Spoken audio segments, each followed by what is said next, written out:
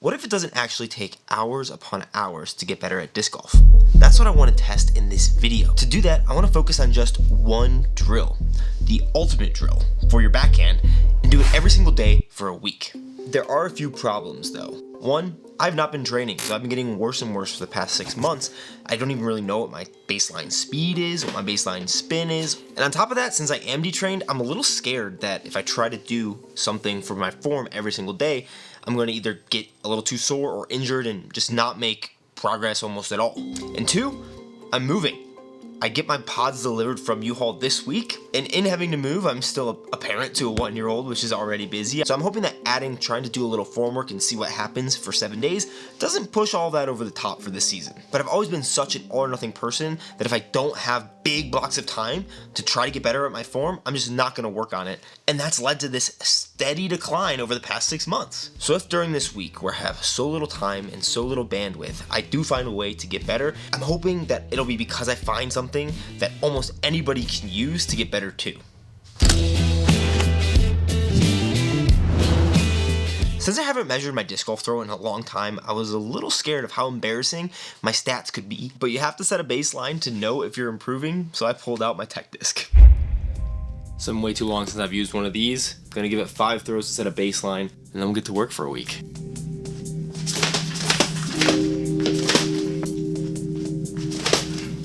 I knew I'd lost speed, but I didn't even really get over 61 miles an hour. Nose angles all over the place. Now I really am excited to get to work because these numbers are much lower in almost every category compared to what I've done before, except for my wobble. My wobble is always super, super low.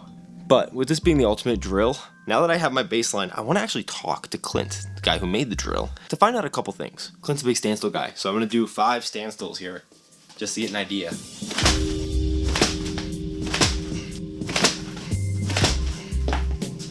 With my baseline standstill and run-up throws set, and frankly set a little bit lower than even I expected knowing how little I've been training, I wanted to call Clint, aka Blitz Disc Golf, because he's the one who made the ultimate drill based on his experience coaching a bunch of different students. But if you're wondering what the ultimate drill even is, let me have him explain it to you. From what I can tell, it is 2 things mixed together.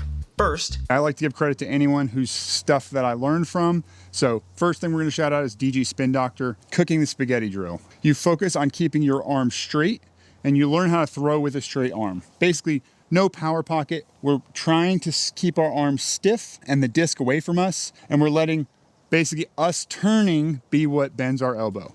And after all that is figured out, the second part is added. Next, I want to talk about something that I like to call anchoring the whip. I like to think about something that Nick Crush talked about in one of his videos, which is adding the rear shoulder as like the back of the lever. We already learned how to make basically our front shoulder to our hand be a lever at the very end of the throw.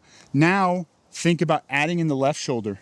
Boom. So we're cooking the spaghetti, but we're adding this left shoulder as a lever point. So when we get to the end, we want to stop everything and whip this arm out, basically with everything else being stable. I'll leave the whole video link down below for you if you do want to check it out. It goes in much more detail than I will be able to here. But as you can tell from how the ultimate drill works, I chose it not only because it's the ultimate drill for disc golf or for your backhand, but also because it's a full body drill. It's not getting super specific on one little part of your throw. It's more focused on your timing and how you're using your whole body to generate power and consistency. And on top of all those reasons, I also know Blitz personally and trust him as a coach. So before we even get started, I want to see like how many minutes a day I should be doing it. If there's any secret tips that he has that he hasn't told the public about that video, and what I should honestly expect. Clint. What up? Is this really the ultimate drill? It's a good one. I think it teaches something that is extremely hard to learn. So, yeah, I think it is. Perfect. How many throws, how much time should I be spending every day if I want to see like not maximal results? Because I can't expect that. I just want some gains by the end of this week. I like to think like quality is better than quantity. So taking a little like 30-second rest between each throw, I would keep it for you under 50. Okay. Start at low power. So my second question then is about expectations, because I feel detrained more than untrained. Like I've done a lot of form stuff before.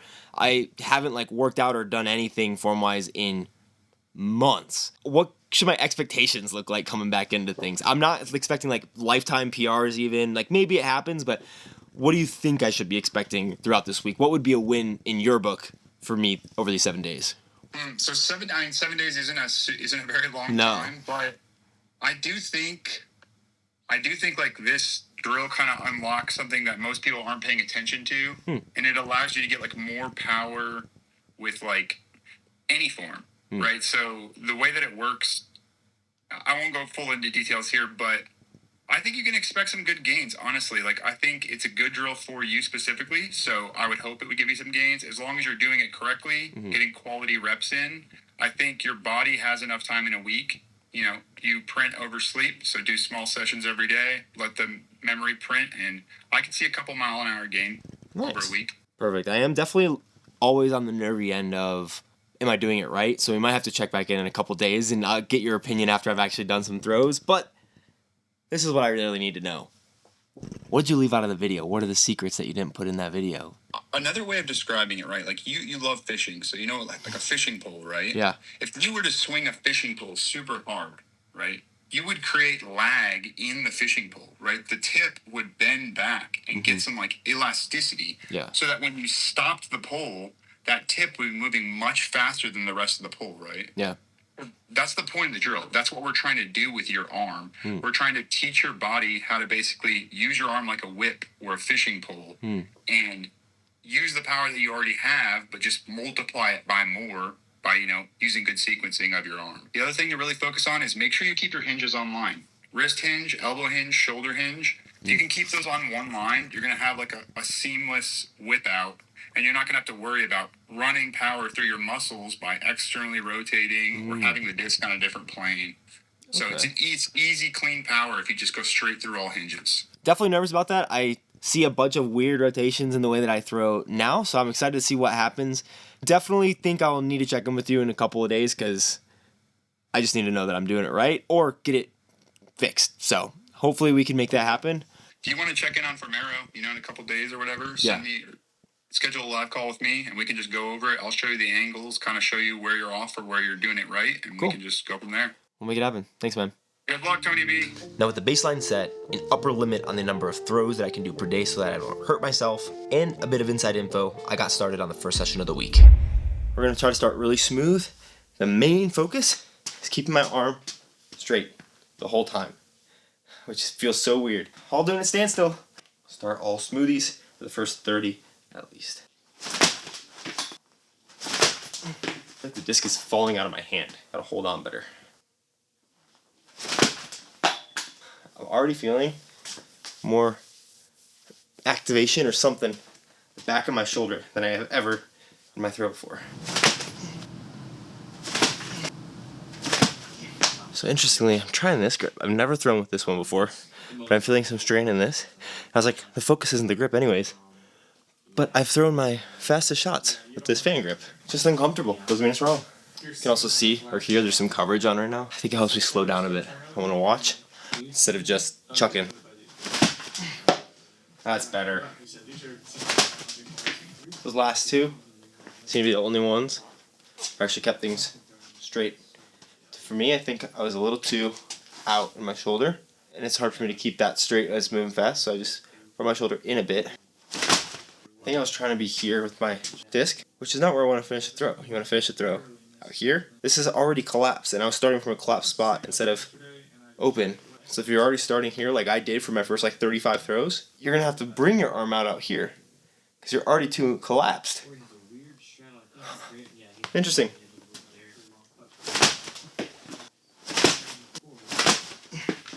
That's a wrap. One thing that Clint's told me before is you print while you sleep. So sleeping is going to help finalize things and hopefully come back tomorrow better. So let's get to bed. We got tomorrow, day 2 out of 7. It was a bit more frustrating than I anticipated. Thought my body would know how to do this better. So I went to sleep to let my body print the new movements into some muscle memory, hoping that it would remember the new movements tomorrow. Day 2, I'm actually about to go head out and film, but I went back and rewatched Clint's video yesterday and really realized how me starting out here is so silly. Because he is like, his shoulder's neutral and he just kind of brings it up to where the disc could be. And if I want to tighten it here, then I can stay a little straighter. Just do about 10 to 15 throws to warm up, and then I'll head out and film and finish the session later tonight. Also not going to use the tech disc. I don't want to know numbers. I just want to feel the feels a little bit more. Not sore, luckily. Did not get great sleep. Not starting here. That's so silly. Where does my shoulder want to be? Right here. That feels incredibly low to me. To me, it feels like the disc is down here. But it's not. The disc is just in a normal plane.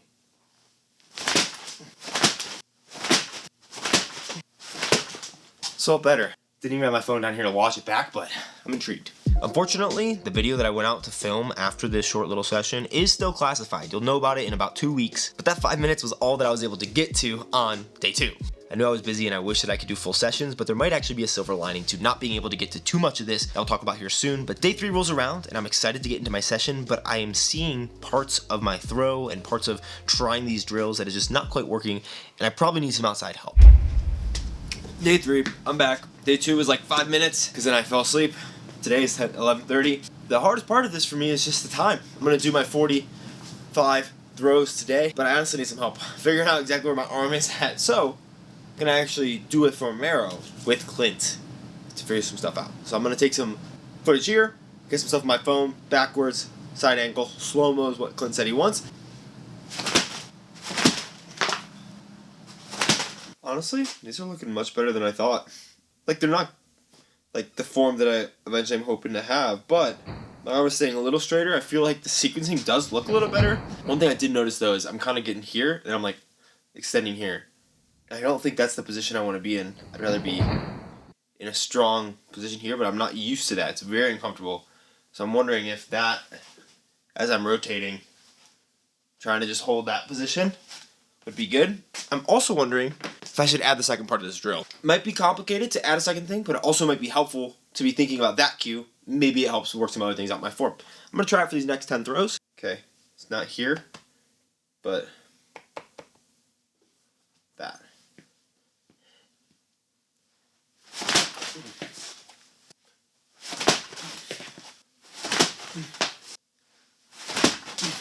I'm liking it. I'm going to keep trusting the process. I do think I'm definitely like a little too upright in this back leg. I'm like pushing into here, but I'm not trying to think about that too much. That's not the point of this. I'm trying not to watch my form and think about the little things to tweak and just trust the process of doing this drill, working on the feel, not the look. Because sometimes things feel better, but don't look better. And I think I would always try to tweak the look, even if the feel was better, instead of just trusting that the look will follow the feel. Ooh, that felt like rotation. I completely abandoned this back shoulder thing. I'm just trying to rotate and keep a straight arm at this point. Let's take a look at this. This actually looks really nice in a lot of aspects, and one that I'm not stoked about, which is actually kind of the point of this drill. So, if you watch my hips, I feel like my rotation is some of the best that it has ever been. I just seem to be flipping the hips better than I have before.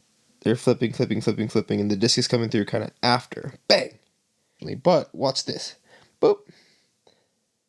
That is where my kind of power pocket is, and it's behind my chest, which is a little less than ideal because then I'm not really getting through the disc.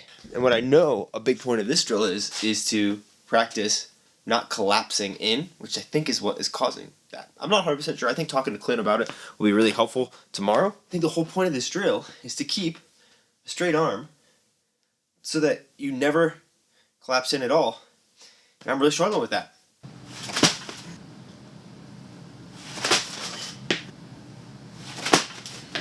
Second lesson felt good because I was really focusing on tensing and just holding intently right here. Might not have looked any different, but I'm intrigued. I'll be honest, I have no idea how to fix that collapse. I'm really glad we're talking. I'm trying a couple different things. I don't know. Good session. I'll send some form to Clint. We'll chat tomorrow.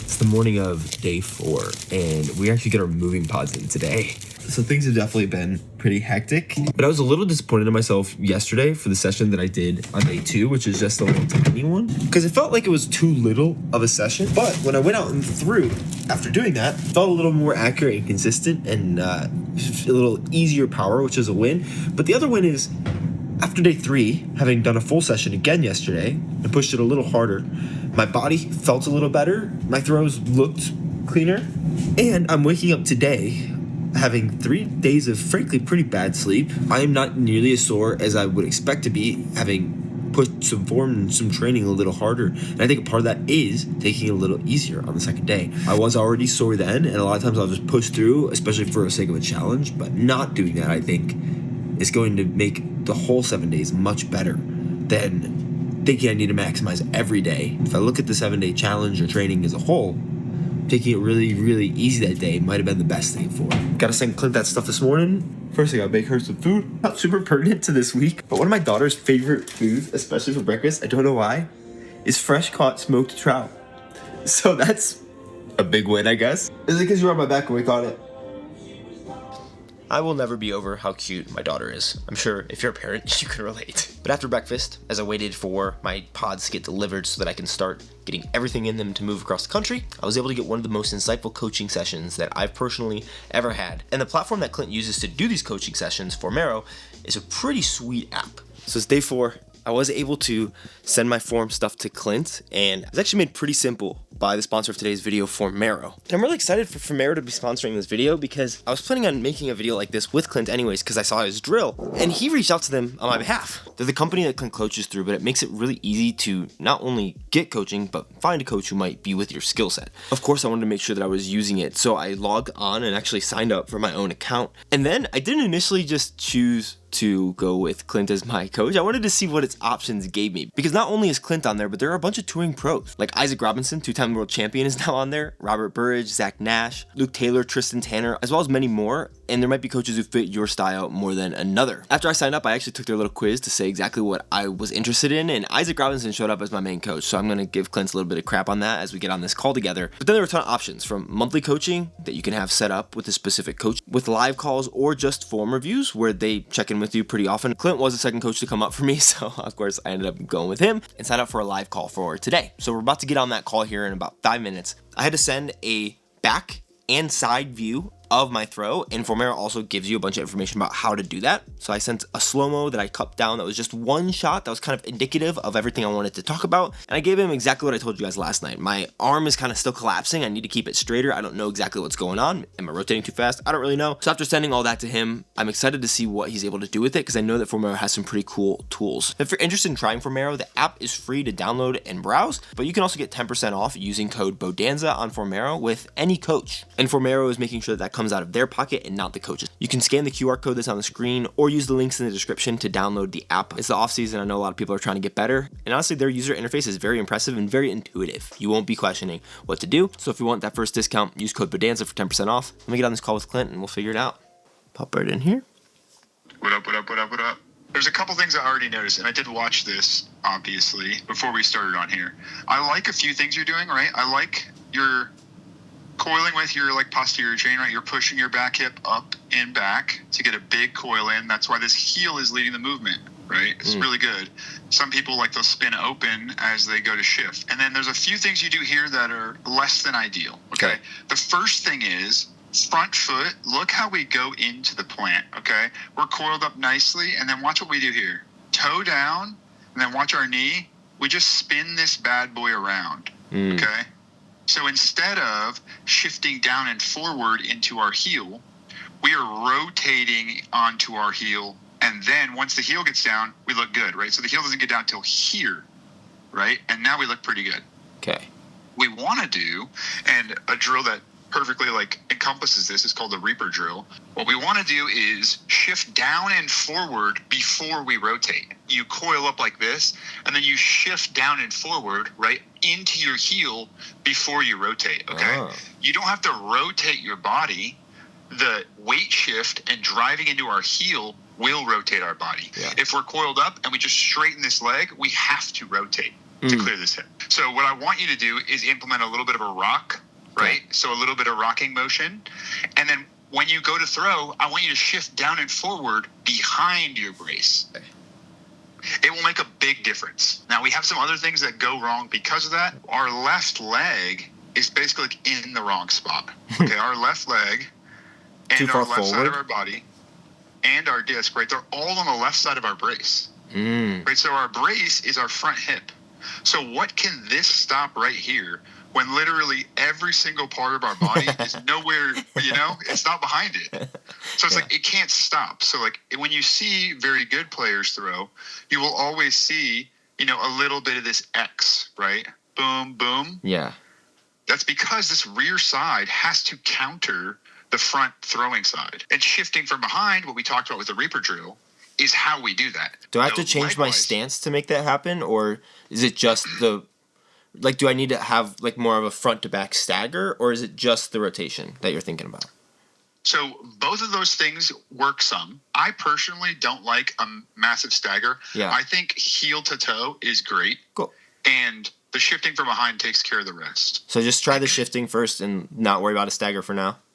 Yes, I would if I were you. We're going to talk upper body now. Don't hate this. I will say when doing the ultimate drill, a good thing to do in the drill is keep this arm almost like fishing pole off the back shoulder. Okay. Right? So, you're going to keep this here. And when you coil, if you want to get this reach back all the way behind you, you better coil up a lot. Because that's how the drill works, right? This has to stay basically on the exact opposite side. So when we want to throw with a good reach back, we go crack.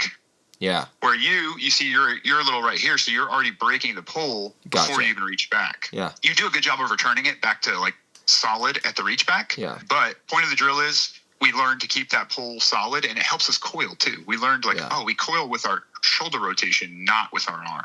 So instead of starting kind of more out in front of you, like almost 180 degrees to your side, 90 degrees to your side, start there and then see what happens? Okay. Yeah, so when doing the drill, obviously, you don't have to do this in a real throw. Yeah. But real quick, on that note, when you put this in an X step, right, you're going to walk up almost exactly like Zach Nash. He has his arm forward, and then as he walks up, he just coils up with his shoulder. Right, he's literally doing exactly the drill in a walk up. Quick thing to talk about in your reach back. Yeah. And I think this is one of the big stems of your problems when you throw. Okay. You'll see a spot right before we hit the pocket where this just does this funky wobble. Watch. Womp. Did you see it? Yeah. Womp. Womp. You see this little womp womp? Yeah. So what you're doing is you're using your shoulder rotation, you're changing your shoulder rotation. So you're just doing things that, this is called a complex swing, right? It's fine to do this. And there are a bunch of people who are really good at doing stuff like this, but it's going to be harder. Yeah. I'll tell you, I'm not doing this intentionally. I'll tell you that much. It's not like a choice that I made was to do it this way. Yeah. And to be clear, you can do this. There are tons of people who do this really well. Yeah. I think for people like us who maybe started a little later and want a consistent, simple form that's easily repeatable and takes the minimal amount of training to hit your lines, someone like Niklas, right? Yeah. He doesn't do this at all. He's exactly on plane all the time. And I think that's why he's one of the best backhand throws in the world. His throw is so simple, you can't mess it up. There's no timers to match up, right? Where you have really elite distance throwers, they have usually a lot of these little unique things that they use to get power, and they have a harder time keeping the timing together even on a bad day. So you'll see them perform really, really well and then just not so well. Right? Gotcha. The big thing to focus on here is I would do some swirly bird. It's a drill I have, very simple. You just need 2 discs. You start with the stamps facing down, so internally rotated, and you do your little things, and then you go stamps facing together, and then you go stamps facing up, and you just try to keep the hinges on plane all 3 different ways. Later on, right, we would mess around with some other stuff, but for now, I think that's your big rocks, right? Yeah. This, we're not shifting correctly, and we're pretty toe heavy, and we're too far on the left side. And then we just need some reps of solid, simple swing plane, trying to kick out that external rotation, which we then have to bounce around in the pocket. So that our goal is, our goal is just to get you a more consistent throw. Yeah. Right. So that you can hit it more often when you're tired or when you're not fully focused. There's less things to mess up. Yeah. I think once you change the shifting thing a little bit, you're going to see some fat speed. I think you'll see a couple mile an hour once you get the shift down perfectly. Cool. What am I doing for the next 4 days? What's the plan? Okay, next 4 days, we are going to continue with some ultimate drill, but we are going to add 2 things. So we're going to add swirly bird to our warm-up, just to really figure out our elbow plane and our hinges, and to try to get that little wobble out of the middle of our pull-through. And then we're going to add Reaper drill to work on shifting from behind. And then we're going to do some ultimate at the end, right, with that Reaper shift in the ultimate. Because ultimate, you can totally shift like that. And then I do want you to do 9 hard throws and then 9 walk-up throws. So actual X steps with the Zach Nash walk-up, where we're doing the ultimate drill on the way up. We're trying to feel how that drill transitions into our X step, because I know you're a mainly X step thrower. Yeah. So we don't need to be just training your standstill, even though, you know, I love standstill and you have a good standstill. I want you to transition this into your real throw. Yeah. We want the drill to slowly seep into your real form. Yeah. And you don't have to think about it. Okay, we just got off the call, and I'm so lucky that I have this right in my basement because I'm just itching to get a couple throws in. Shift in, shift down and back, then throw. Oh, that's crazy. What? Dude. I'm gonna keep training that. I'm still not pulling out the tech disc, but holy cow. The feel of that is like I'm an athlete. Now I got some movement to do. I knew this week was gonna be crazy. I kind of always forget how crazy the weeks are. After a long day of packing, I headed back down into the basement to try these new drills. I was a little bit nervous and excited about the Reaper drill, trying to change my weight shift instead of how I've been using my lower body for the last who knows how long. Trying to get that weight shifted into the heel before I even throw. All right, session time. Got a lot of packing done today. It's been a busy one. It's a little late, but I have a cider waiting for me. Shout out Excelsior. We like their stuff here. Start out with some intervals in the swirly bird. Just trying to find the rotation, and then we'll do the Reaper. 2 sets of 8 of the Reaper with the extended arm. Down, forward, through. Really extra focus on everything being linked to the back shoulder for the ultimate drill. And then some real throws. I'm excited and nervous. Let's get it.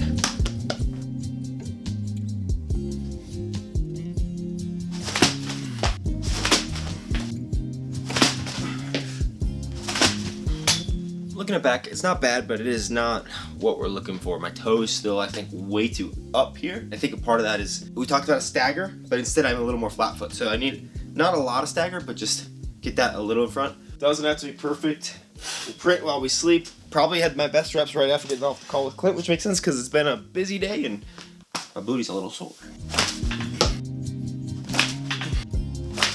I'm starting to feel it in my elbow a bit. I wonder if that's a good thing.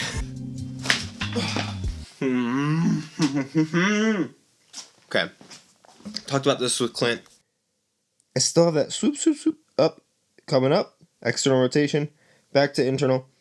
A lot of this looks a lot better, but I'm not loving that I just get out, I get coil, and then I get here. This is just so weak, or at least I'm not using it. I feel like I know what those muscles can do, and I just need to really hold them out there, which I think is a part of what ultimate drill is. So we're going to work on the ultimate drill and just keep that on plane, because this, I never keep my throw on plane. It feels very foreign to me.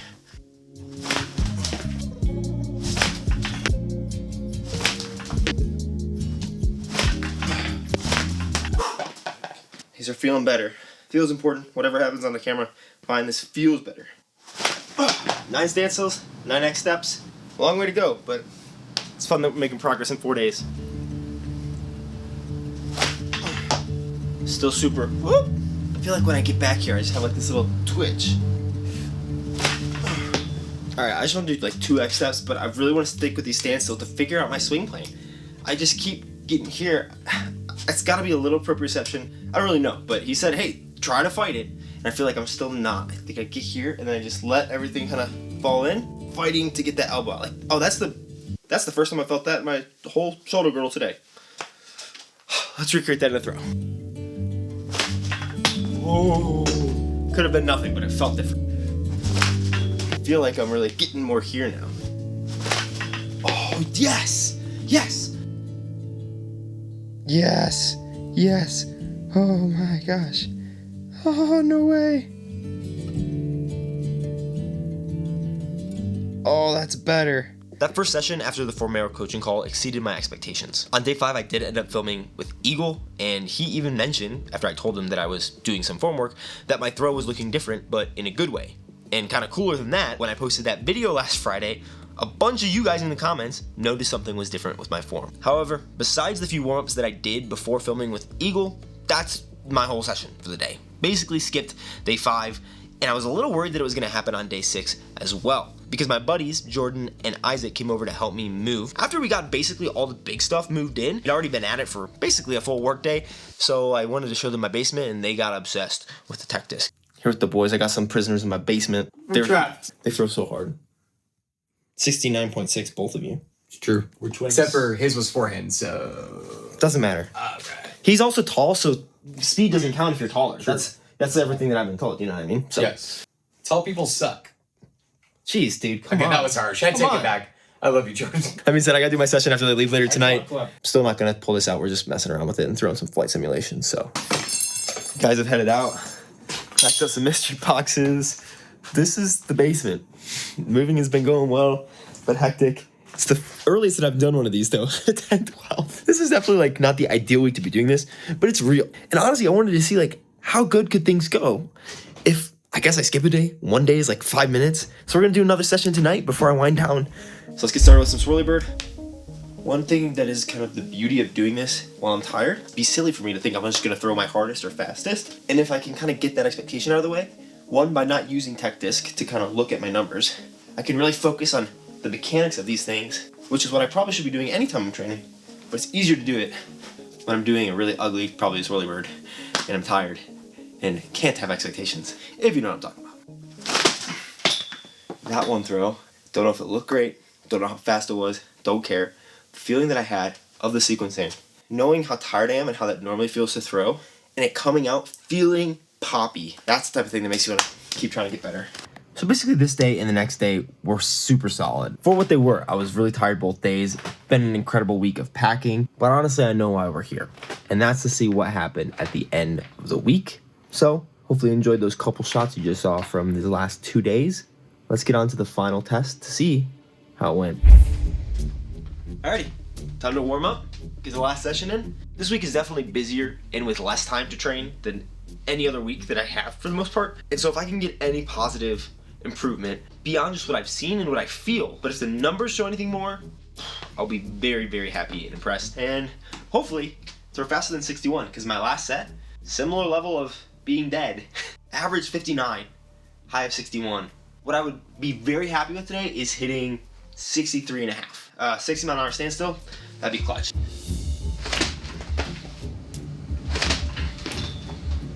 Nose angle's good. I'm gonna start with 5 hard standstills, see where I can get those, and then we'll try 5 hard X steps. Whatever those 5 are in both of these will be my numbers to end the video. We'll let the numbers speak for themselves, see if we can rip a couple good ones. Start the set. 5 standstills. 59.6, 1400 spin. Wow! 60.1! Whoa, those are such good numbers! 61! That's as fast as my fastest X step was. I'm honestly nervous that my X steps aren't going to be faster because I've just been practicing standstills. 60.2. Oh, that one felt the best. That one felt like I really had good power generation through my leg. 60.4. That's fine. Hey, not going to focus on drill, just focus on throwing hard. 61.7. Wow. 62. That one felt good. Caution too close to net. 14.36 spin with a -4 nose angle. Said 63.5 is the goal. I'm getting close. I feel like too, trying to throw harder is not me just getting more out of control. 62.7. The consistency is getting there, man. I'm pretty excited with where the week is ending. One final throw. Hoping it's 63.5. Nah, I don't think so. I don't think so.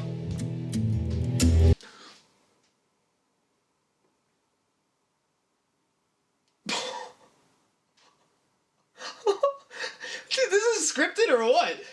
Not by any means the most insane speeds in the world, but I do think you don't need an insane amount of time to get better at disc golf. Probably just need a little bit of a plan, whether that's through coaching or through just something that you're thinking yourself. Learning how to trust the process is really what I found from this week. Iterate, learn, but just try the same thing and you'll get better at it. I feel like this is a great base and I can't wait to continue working on form. Big thank you to Formero for sponsoring this video. Definitely go download their app and use code BEDANZA and you'll get 10% off coaching. Clint, phenomenal coach, cannot wait to continue working with him. Not my PRs by any stretch, but from where this week started to where it is now, the control that I feel, the balance, and hitting that goal that I just arbitrarily set at the beginning of this round on the last throw. It's kind of nuts. The consistency is way better. Hopefully you guys enjoyed, and I'll let you know on a little secret if you stayed to the end of this video. The big thing I'm training for is what I'm going to call the Road Trip Invitational. 7 videos to end my year with someone that a lot of you guys already really like. That's all I'll say for now. Thanks for watching. See ya.